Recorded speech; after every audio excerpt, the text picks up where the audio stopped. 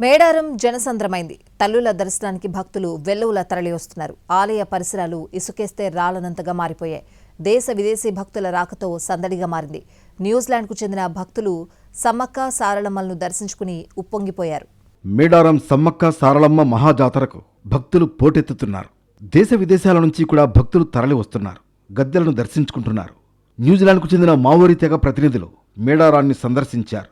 మంత్రి సీతక్క చొరవతో వీళ్లు ఈ జాతరకొచ్చారు. ఈ సందర్భంగా గద్దెల ప్రాంగణంలో మావోరీ తెగ తమ సంప్రదాయ హాకా నృత్యాన్ని ప్రదర్శించింది. మంత్రి సీతక్క స్వయంగా కళాకారులతో కలిసి నృత్యం చేశారు.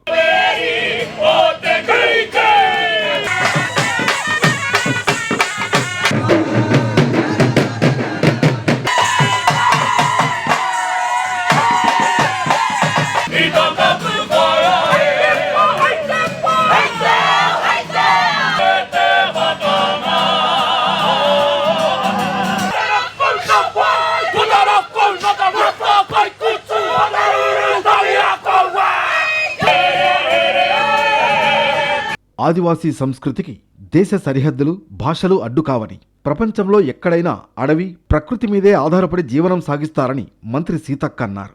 అనంతరం మావోరీ తెగ ప్రతినిధులకు మంత్రి వనదేవతల దర్శనం చేయించారు. వనదేవతల వైభవం, చరిత్రను స్వయంగా వారికి వివరించారు.